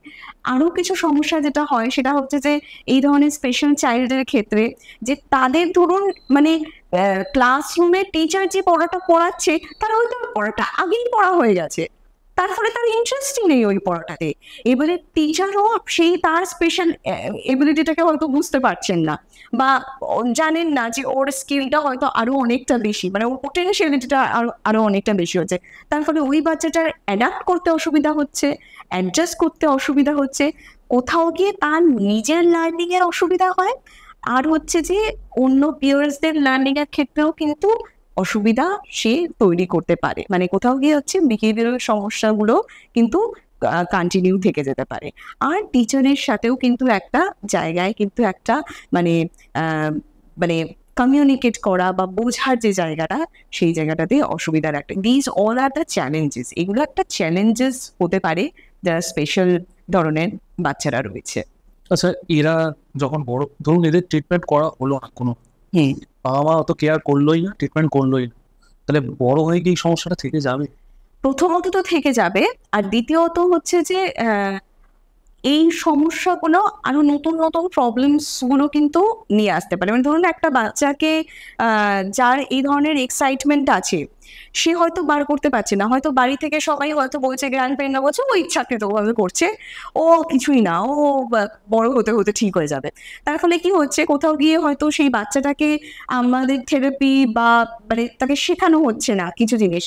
অনেক সময় দেখা যায় যে সেই বাচ্চাটার হয়তো পোটেনশিয়ালিটি ছিল যে নিজে থেকে বসার বা নিজে থেকে খাবার বা নিজে থেকে কিছু কাজ করার, মানে ল্যাক অফ ট্রেনিং বা ল্যাক অফ থেরাপির কারণে সে হয়তো একটা ঘরের কোণে জাস্ট প্রচন্ড ভায়োলেন্স বা প্রচন্ড মানে জিনিসপত্র মার ধর, মানে অনেক বেশি হয়তো মানে কোথাও গিয়ে তাকে পরিবারে রাখা হয়তো অসুবিধা হয়ে যাচ্ছে। একদম মানে কিছু নেগেটিভ ম্যালঅ্যাডাপটিভ বিহেভিয়ার্স কিন্তু তৈরি হতে পারে যদি ঠিক সময় ঠিক রকম ভাবে ম্যানেজমেন্ট না করা হয়। তো এই প্রবলেমগুলো কি বাচ্চাদের পার্মানেন্টলি কিওর করা সম্ভব? Unfortunately permanently cure is not possible. পুরোপুরি কিওর বা পুরোপুরি প্রিভেনশন এটাকে হয়তো আমরা করে উঠতে পারি না। মানে কোথাও গিয়ে যে সমস্যাগুলো বাচ্চার হচ্ছে সেই সমস্যাগুলোকে আমরা ম্যানেজ করতে পারি। হ্যাঁ, যাতে ও প্রথমত তো বুঝতে হবে যে সোর্সটা কোথায়। মানে ধরুন ADHD বা অ্যাটেনশন ডেফিসিট ডিসঅর্ডার হোক, অটিজম স্পেকট্রাম ডিসঅর্ডার হোক, অনেক সময় যেগুলো দেখা যায়, নিউরোর কথাটা আমি বারবার করে বলছি যে কারণ এটা হচ্ছে ব্রেনের কিছু সেলস যদি structurally and functionally not okay থাকে, যদি ঠিকঠাকভাবে অ্যাক্টিভ না থাকে, তখনই কিন্তু বুঝতে হবে মানে কিছু সেলস হয়তো ইনজিউর্ড হয়েছে, কিছু সেলস হয়তো ব্রেনের কিছু সেলস হয়তো এফেক্টেড হয়ে রয়েছে, তার ফলে এই ধরনের সমস্যাটা কিন্তু হয়েছে।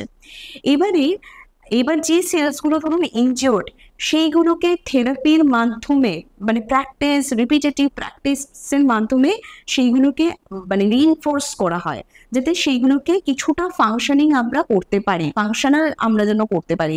যত বেশি সেই ব্রেনের সেলসগুলোকে আমরা অ্যাক্টিভ আর ফাংশনিং করতে পারবো, মানে ধরো সে ফর এক্সাম্পল একটা বাচ্চার অসুবিধা হচ্ছে যে সে কথা বলতে অনেক দেরি হচ্ছে, তার কথাটা ঠিকভাবে আসছে না, তার কথা বলতে অনেকটা বেশি দেরি হচ্ছে, তো বুঝতে হবে যে পার্টিকুলার ব্রেনের একটা part is responsible for his or her delayed speech. ঠিক আছে, এবারে আমরা ব্রেন ওই সেলটাকে কিভাবে আমরা নারিশ করতে পারি, সেটার জন্য কি কি এক্সারসাইজেস আমরা দিতে পারি, দুটো বডি পার্টসকে আমরা কি করে আমরা মানে ডিফারেন্ট অ্যাক্টিভিটিসের মাধ্যম দিয়ে যত বেশি আমরা সেই জায়গাগুলোকে নারিশ করতে চেষ্টা করব, প্র্যাকটিস অ্যান্ড ফাংশনাল করতে চেষ্টা করব, ওর মধ্যে কিন্তু ডেভেলপমেন্টগুলো আসবে। পার্মানেন্ট কিওর ইজ মানে নট পসিবল, কারণ কোথাও গিয়ে একটা ওই পুরোপুরি কমিউনিকেশনের জায়গাটা একদম নর্মাল মানুষের মতো করে সেই জায়গাটা তাদের কিছুটা ক্ষেত্রে অসুবিধা হয়, কিন্তু যদি ঠিক সময় থেকে আমরা এই জন্য মনে করি যে ফার্স্ট উইদিন 6 ইয়ার্স যদি আমরা থেরাপিটা খুব সুন্দরভাবে যদি আমরা করতে পারি, ব্রেনের ডেভেলপমেন্টটাকে যদি খুব সুন্দরভাবে করা যেতে পারে, তাহলে কিন্তু অনেকটাই ওদের ফাংশনিংটাকে কিন্তু অনেকটাই ডেভেলপ করা যেতে পারে, যাতে ব্রেনে সাফিসিয়েন্ট অক্সিজেনটা যেন পৌঁছায়। যত ব্রেনে সাফিসিয়েন্ট অ্যাডিকুয়েট অক্সিজেন পৌঁছাবে, সেখানে ইন্টিগ্রেটিভ প্রোগ্রামিং আমরা জেনারেলি করে থাকি, সেখানে ফিজিক্যাল এক্সারসাইজ, সেখানে রেসপিরেশন যে জায়গাটা সেই জায়গাটা, বিহেভিয়ার প্রোগ্রামিং অ্যান্ড ডায়েট মানে শরীরটাকে চলার জন্য ডায়েট ইজ ভেরি ইম্পর্টেন্ট। আপনি কি ধরনের খাবার খাচ্ছেন সেটার উপরে নির্ভর করবে আপনার শরীরে কি ধরনের নিউরোকেমিক্যালসগুলো রিলিজ হবে। সেই সব জায়গাগুলোকে যদি আমরা ম্যানেজ করতে পারি, তাহলে খুব সুন্দরভাবে বাচ্চাটাকে কিন্তু ম্যানেজ করতে আপনি পারবেন, খুব ভালোভাবে কিন্তু এফেক্টিভলি ওকে ফাংশনিং করানো যেতে পারে। আচ্ছা, যদি বলি প্যারেন্টসদের এই ক্ষেত্রে কি রোল থাকবে? পেরেন্টসদের যেটা প্রথমেই রোল থাকে সেটা হচ্ছে যে to get all the information related to the disorder. মানে অনেক পেরেন্টসই হয় যে তারা প্রথমত ভুল ট্রিটমেন্ট করে, তার ফলে কি হয় মানে তারা জোর করতে থাকে বাচ্চাকে, না কথা বলো, বা জোর করে কথা বলানোর চেষ্টা করা, বা জোর করে বা ইচ্ছা করে, তাদের একটা নেগেটিভ অ্যাটিটিউড থাকে, প্রচণ্ড রাগারাগি করে থাকে। তাদের অ্যাটিটিউডটাকে আগে ঠিক করতে হবে, তার জন্য প্রয়োজন সঠিক ইনফরমেশন, সঠিক রিসার্চ, সঠিক সোর্স থেকে সঠিক রিসার্চ করে সঠিক ইনফরমেশনটা কালেক্ট করা, সেটা হচ্ছে মাস্ট তাদের জন্য। দ্বিতীয় হচ্ছে যে কিভাবে বাচ্চার সাথে সে ডিল করবে, কারণ থেরাপিতে হয়তো মানে 2% করাবে, বাকি 8% কিন্তু একজন পেরেন্টসের কিন্তু ধরে রাখতে হবে। তৃতীয় হয়তো আমি বলবো যে হোপ, আশাটাকে রাখা। মানে অনেক পেরেন্টসের ক্ষেত্রে এই জায়গাটা হয় যে তারা কিন্তু মনে করেন যে এ তো ঠিক হবে না, মানে কোনো রকম ভাবেই আমরা কোনো কিছু করতে পারবো না, একে দিয়ে আমাদের কোনো কিছুই আসবে না বা হবে না, তো একটা ল্যাক অফ হোপ থাকে, মানে তারা ট্রিটমেন্ট বন্ধ করে দেয়, বা তারা নিজেরা কোনো রকম ভাবে কেয়ার নেন না বা ইনিশিয়েটিভ নেন না। ওই হোপটাকে ধরে রাখা, আশাটাকে ধরে রাখা। মানে ফোর্থলি আমি বলবো যে সঠিকভাবে মানে আমার বাচ্চাটাকে ঠিক রাখতে গেলে আমার লাইফস্টাইলটাকে কিভাবে মডিফিকেশনস করতে হবে সেটাকেও কিন্তু আমাকে বুঝতে হবে। মানে তার খাওয়া দাওয়াটাকে যদি আমাকে ঠিক করতে হয়, আমার খাওয়া দাওয়াটাকেও কিন্তু একই রকম ভাবে ঠিক করতে হবে। সেই জায়গাগুলো প্যারেন্টসদেরকে প্রথমেই শিখতে হবে। আর অনেক বেশি পেশেন্স রাখা, তাদেরকে এটা অ্যাকসেপ্ট করা যে তারা হয়তো এতটা পর্যন্ত করলে হয়তো তাদের বাচ্চার এইটুকুনি হয়তো ইমপ্রুভমেন্ট হবে, কিন্তু এই ইমপ্রুভমেন্টের মধ্যেও কিন্তু ওই বাচ্চাটা ইমোশনাল অ্যাফেকশন, মানে আমার মা এটা বলছে, আমার বাবা চলে যাচ্ছে, বা আমার মা কাছে আছে, এই যে ইমোশন, তার কষ্ট হচ্ছে, ভালো লাগছে, এই ইমোশনগুলো কিন্তু খুব ভালোভাবে তাদের মধ্যে কিন্তু ডেভেলপ হয়। তাদের পাশে থাকা, সেই জায়গাটা কিন্তু পেরেন্টসদেরকে আগে বুঝতে হবে। আর যেটা খুব বেশি ইম্পর্টেন্ট পেরেন্টসদের জন্য, সেটা হচ্ছে যে ধরুন এই ধরনের স্পেশাল চিলড্রেনদের ক্ষেত্রে অনেকেই কিন্তু হয় যারা গিফটেড, অনেকেই কিন্তু হয় হাইলি ইন্টেলেকচুয়াল হয়তো ছেলেটা বা মেয়েটা, পার্টিকুলারলি সে হয়তো তাকাচ্ছে না আপনার দিকে, কিন্তু সে হয়তো মানে এমন কিছু কাউন্টিং বা ক্যালকুলেশন করে যাচ্ছে না তাকিয়ে আপনার দিকে, সেটা হয়তো আমরা যারা স্বাভাবিকভাবে জীবনযাপন করছি আমরা হয়তো কেউ পারবো না।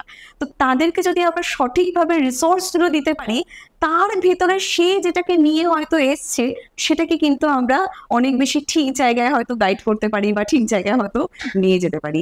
সেই রিসোর্স তাদের মানে আমার বাচ্চাটা যদি স্পেশাল হয় তাহলে ফার্স্ট যেটা বুঝতে হয় সেটা হচ্ছে যে ও আমার মতো করে কিন্তু চলবে না, আমাকে কিন্তু ওর মতো করে চলা বা ও কি বোঝাতে চাইছে, ও কি চাইছে, ওর কি নিড সেটা আমাকে বুঝতে হবে, সেই জায়গাটাকে বুঝে আমাকে এগোতে হবে। অনেক সময় বাবা মাদের আমরা দেখি যে বাচ্চাদের ক্ষেত্রে বলে, বাচ্চাদের ডাইরেক্টই বলে যে তোর দ্বারা কিছু হবে না, এক্স্যাক্টলি, তোর দ্বারা হবে না তো হবেই না, তুই এরকম ভাবেই চলবি, তোর এটা হবে না। এটা কি বলা ঠিক? আমি তো as a mental health therapist কখনোই বলবো না, আর স্বাভাবিকভাবেও বলবো না যে কোথাও গিয়ে তোর দ্বারা ঠিক হবে না। এই কথাটা মানে কমিউনিকেশনের তো অনেক ধরনের, ধরুন মানে যে কোনো কমিউনিকেশনের একটা আউটকাম আছে, ঠিক আছে? মানে কোথাও গিয়ে কমিউনিকেশনটা কতটা বড় রোল প্লে করে, মানে আমরা জেনারেলি এক্সপ্রেসিভ ইমোশন বলে থাকি, এক্সপ্রেসিভ ইমোশনটা কিন্তু কমিউনিকেশনের মাধ্যমে হয়। আমরা কিভাবে ইমোশনটাকে এক্সপ্রেস করছি দ্যাট ইজ থ্রু কমিউনিকেশন হয়। মানে সেটাকে আমি একটা ছোট্ট এক্সাম্পল দিয়ে আপনাকে বলি। সে ফর এক্সাম্পল হাজব্যান্ড ওয়াইফ, ঠিক আছে? হাজব্যান্ড ওয়াইফের মধ্যেই ধরুন আমি ওয়াইফ, আমি হাজব্যান্ডের জন্য ধরুন আমি ওয়েট করছি, সকালবেলা থেকে হয়তো আমি ওয়েট করে যাচ্ছি, আমার চিন্তা হচ্ছে মাথার মধ্যে কন্টিনিউয়াসলি, হাজব্যান্ড আমাকে ফোন করছে না, আমি সারাদিন পরে ওয়ারিড।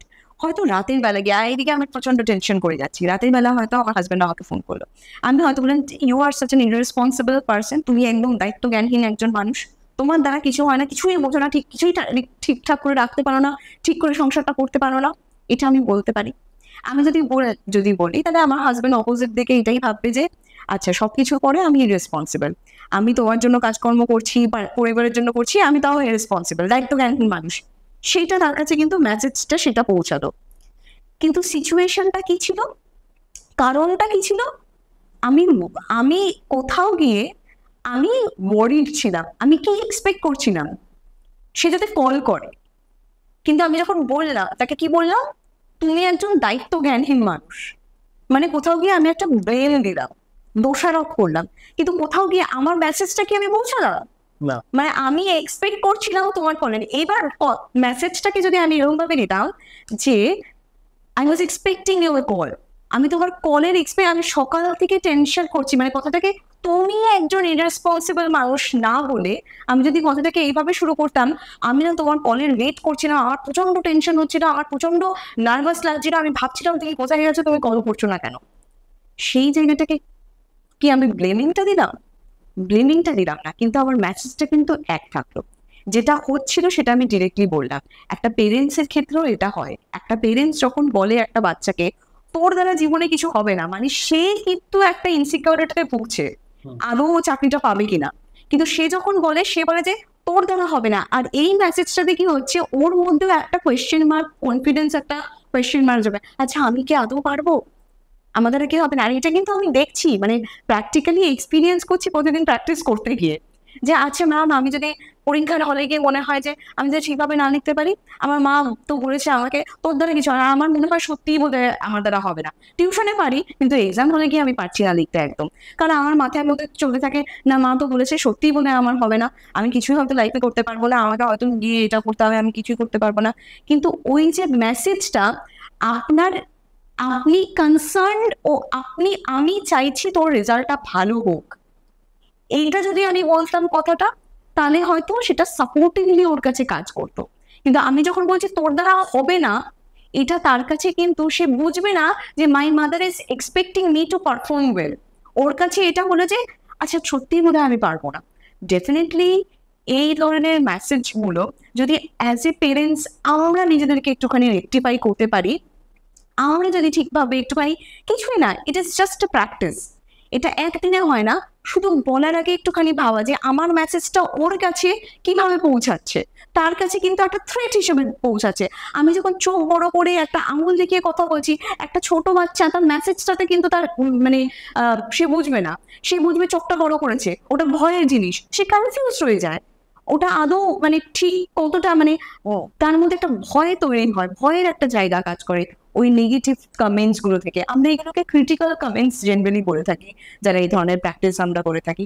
ডেফিনেটলি আমরা যত বেশি আমাদের এই কমিউনিকেশনটাকে একটুখানি ঠিক করতে পারবো বা ম্যানেজ করতে পারবো, ঠিকভাবে সেই জায়গাটাকে আমরা বলতে পারবো, তাহলে আমাদের মেসেজটাও ঠিকভাবে পৌঁছাবে একটা বাচ্চার, আর বাচ্চাটারও মানে কোথাও গিয়ে তার যে নেগেটিভ ইমোশনস, একটা অ্যাংজাইটি বা একটা ল্যাক অফ কনফিডেন্স বা একটা নিজের প্রতি একটা মিসট্রাস্ট, সেই জায়গাগুলোকে কিন্তু আমরা কেটার করতে পারি, বেটার জায়গায় কিন্তু আমরা নিয়ে যেতে পারি যদি আমরা ঠিকভাবে একটু কমিউনিকেট করি। আর সেই কমিউনিকেশনটা একজন মানুষ না, প্রত্যেকটা মানুষই যেন করে। আর কোথাও গিয়ে এটা কখনো আমি বলবো না যে বাচ্চাটা কোনো একটা অপরাধ করছে আমি তাকে বলবো না বা তাকে আমি ইজিলি অ্যাকসেপ্ট করে যাব, না, একদম না। তাকে বকতেও হবে, তাকে বোঝাতেও হবে যে the thing which you have done which is wrong. কিন্তু সেই রংটা বলতে গিয়ে বা জিনিসটাকে বোঝাতে গিয়ে মানে কোথাও গিয়ে আমার আমার পজেসিভনেসটা বা থ্রেটটা যেন আমি না বাড়িয়ে ফেলি, এমন কিছু যেন না করে ফেলি যেটাতে ওর ভয়টা একটা দীর্ঘদিন একটা ক্রনিক অ্যাংজাইটিতে পরিণত হয়ে যাচ্ছে।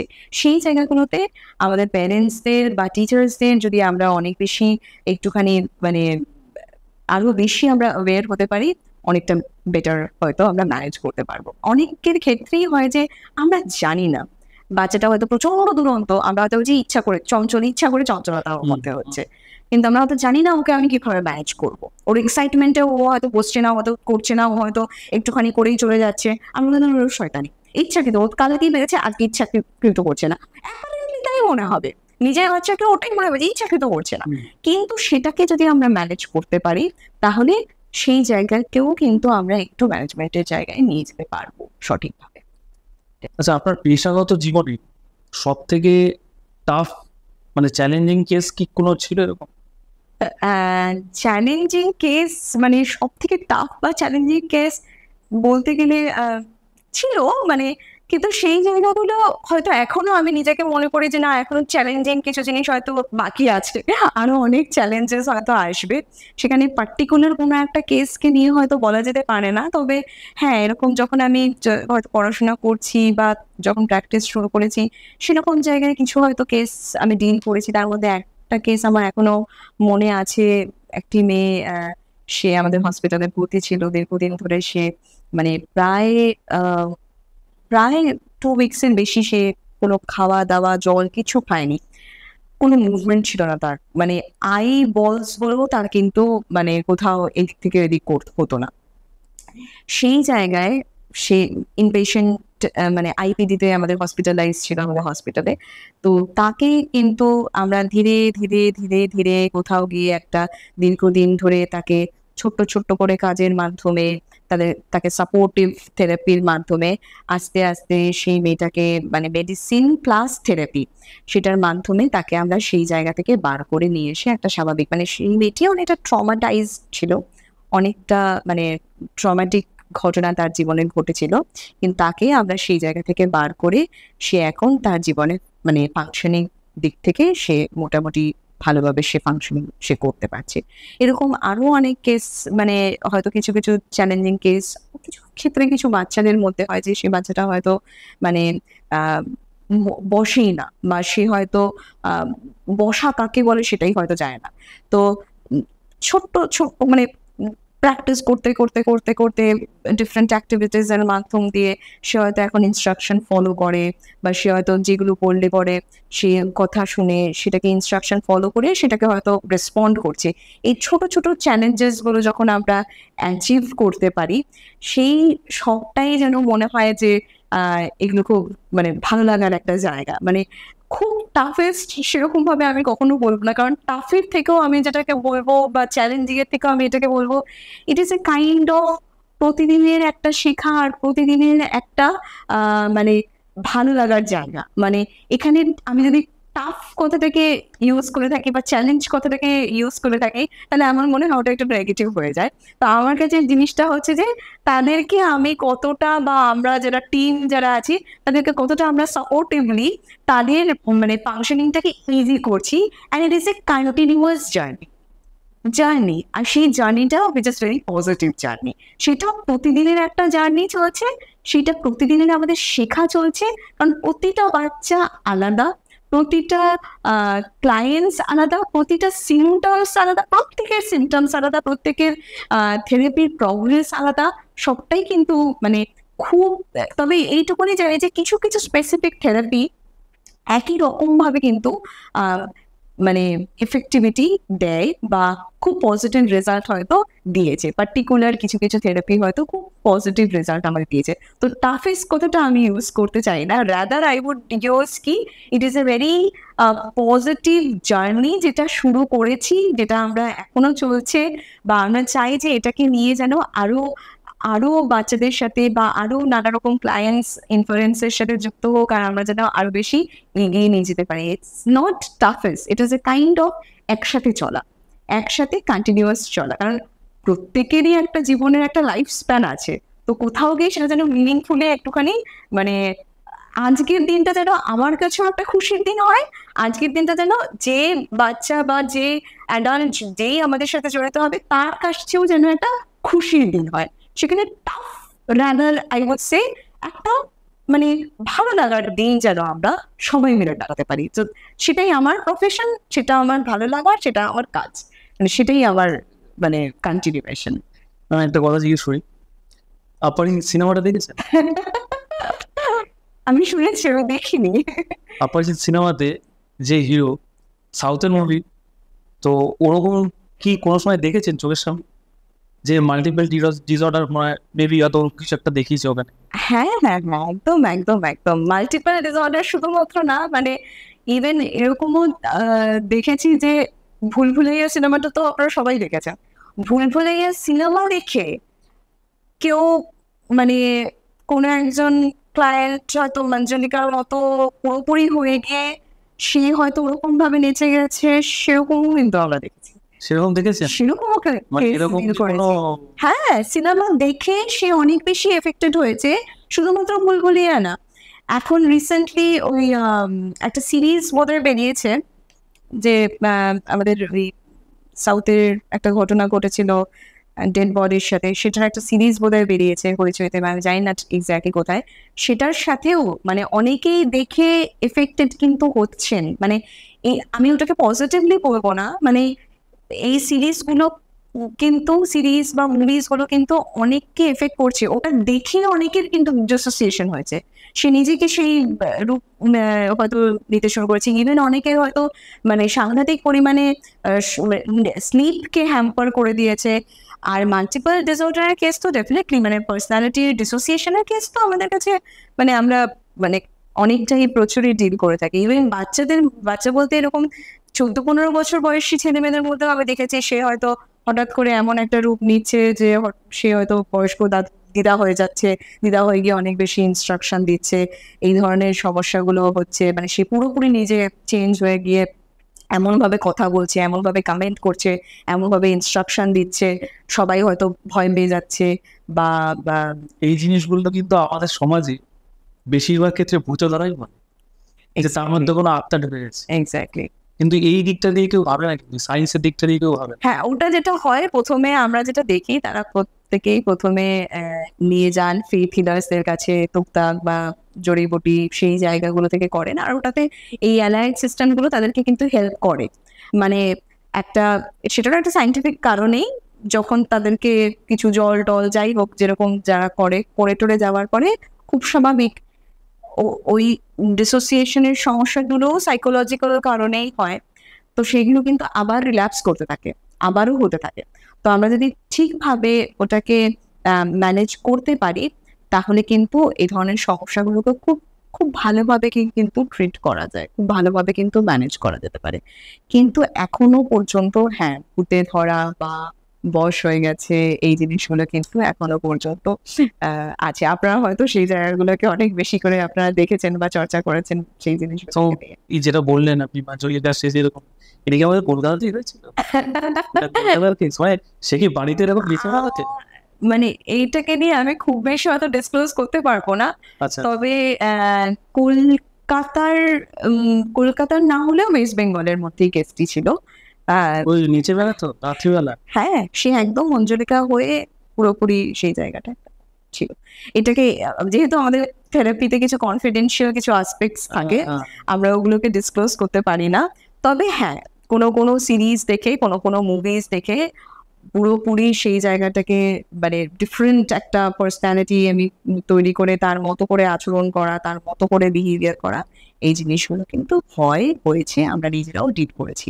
এক্সোসিজম যে মুভিটা, ওটাও তো কেউ বলছে নাকি ওটা ভূতে ধরেছিল ওকে, যেটা আপনি দেখেছেন ওটা বা দেখুন, শুনেছেন? আমি শুনেছি, দেখেছি সবটাই। বেশিরভাগই বলছে যে ডিসঅর্ডার, মাল্টিপল ডিসঅর্ডার, যেটা হ্যাঁ, অনেকেই সেটাই বলছে, মানে মেজর মানে বেশিরভাগ যে ভোট সেটা ওইখানেই রয়েছে, ভূতে ধরাটা কিন্তু কিছু সংখ্যক মানুষ বলছে।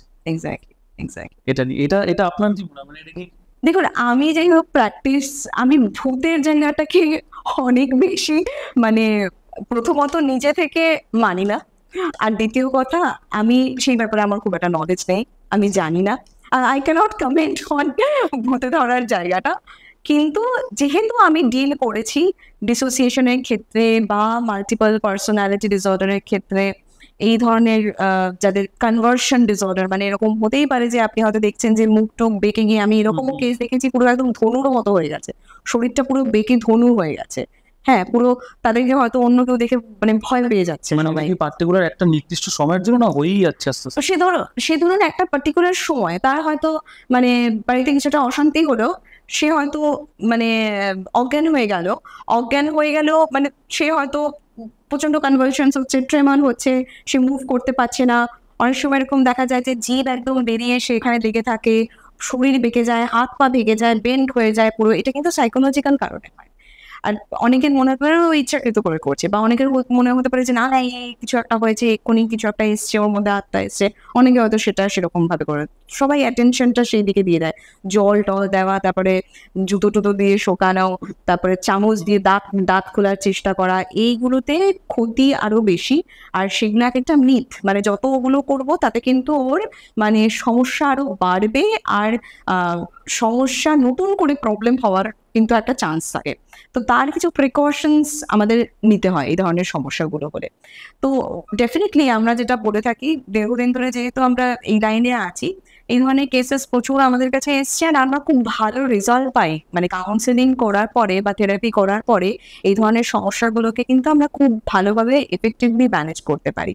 তো যারা আসেন তারা প্রথমে ওই মোটামুটি অ্যালাইড যারা ধরুন এই ধরনের প্র্যাকটিসেস গুলো করেন, ফেইথ হিলার্স বা ট্রেডিশনাল হিলার্স, তাদের কাছে গিয়ে তারপরেই হয়তো তারা চিকিৎসা বা ট্রিটমেন্টের মধ্যে হয়তো তারা হয়তো আসেন।